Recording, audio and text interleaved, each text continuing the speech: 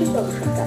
কৃষক ভাইদের জন্য জরুরি সতর্কবার্তা। কম্বাইন হারভেস্টার বা ধান কাটার ঝাড়ার মেশিন ব্যবহারের পর জমিতে বড় বড় নাড়া ও খড় টুকরো পড়ে থাকে। ওই ঘরে মেশিন ব্যবহারের পর জমিতে বড় বড় নাড়া ও খড় টুকরো পড়ে থাকে। ওই ঘরে আগুন লাগিয়ে সবচেয়ে ভয়ঙ্কর হলো মানুষ মারা পদ্ধতি।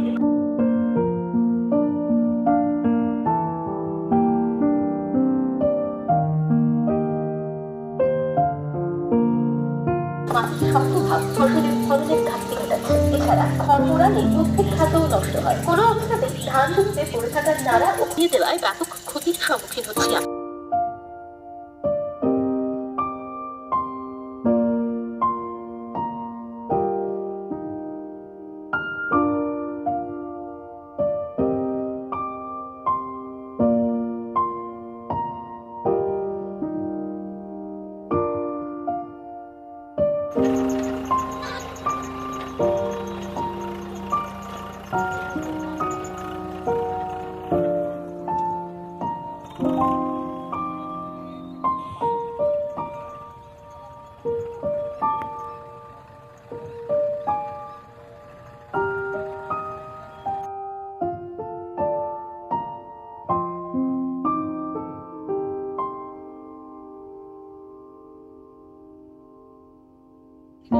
গ্রাম পঞ্চায়েতের অন্তর্গত সোমরাজপুর গ্রামে হরিপুর ২ নম্বর ব্লকের অন্তর্গত একটা গ্রাম পঞ্চায়েত। এটা আমরা একজন কৃষককে পেয়েছি যিনি মেশিনের সাহায্যে জিরো টিলেজ পদ্ধতিতে যে গম চাষের প্রদর্শনী ক্ষেত্র হয়েছিল সেখানে উনি প্রদর্শনী ক্ষেত্রটা ওনার জমিতেই হয়েছে। আপনার নাম?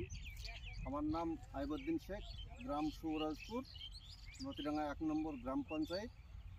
আমার এই প্রথম মেশিনের দ্বারাই গম চাষ করা হয়েছে। তো খুব সুন্দর গম চাষ হয়েছে। ওই যে পাশের জমিটা আছে, আগে ২-৪ দিন আগে গম চাষ করা, ওটা এমনি হাতে ছিটি করা হয়েছে। আর এটা আমার পরে লাইনে বোনা হয়েছে। তো ওর থেকে আমার গমটাই যেন ভালো আছে এখনো মনে হচ্ছে। তো কিছু সারের ঘাটতি ছিল, ঘাটতি আছে এখনো। তো গতকালকে আমি লিকুইড ইউরিয়া, যেটা বোতলে পাওয়া যায়, ওইটাই স্প্রে করা হয়েছে। আচ্ছা, আপনার তো মানে এইটা তো প্রথমবার যে মেশিনের সাহায্যে গম চাষ, তো এইটা তো মনের মধ্যে একটা শঙ্কা ছিল যে গম হবে কি হবে না। হ্যাঁ, অনেকেই আমাকে বলেছিল যে গম হবে না, ফালতু জমিটা নষ্ট করা হয়েছে, ক্ষতিপূরণ দেবে না, তা কী করবে না। আমি বললাম দেখা যাক না, সরকার তো উদ্যোগ নিলে এটা ভালো জিনিস, খারাপ তো নেবে না, তাই বলে আমি একটা মনে সাহস করি এটা করেছি। তো আমরা দেখতেই পাচ্ছি, আমরা যদি পুরো মাঠটা একটুখানি দেখে নিই, পুরো মাঠটা যদি আমরা একটু ছবি নিই, তো দেখতে পাচ্ছি যে আমরা খুব সুন্দর গম হয়েছে। মাঝখানে একটু আগাছার আছে, এটাকে একটু যদি আপনি হাত নিড়ানি ব্যবহার করে একটুখানি তুলে দেন, তো আপনার গমটা কিন্তু খুব ভালো হবে। তো আপনার মতো আপনার এটা তো স্থির বিশ্বাস হয়েছে যে না, আমরা জিরো টিলেজ পদ্ধতিতে যে আমরা খরচ কমিয়ে মানে গম চাষটা এখানে হতে পারে। এবং আপনার এলাকায় যেহেতু আরও অনেক গম রয়েছে, আগামী দিনে কি মনে হয় আরও কৃষক এই পদ্ধতিতে চাষ করতে চাইবে?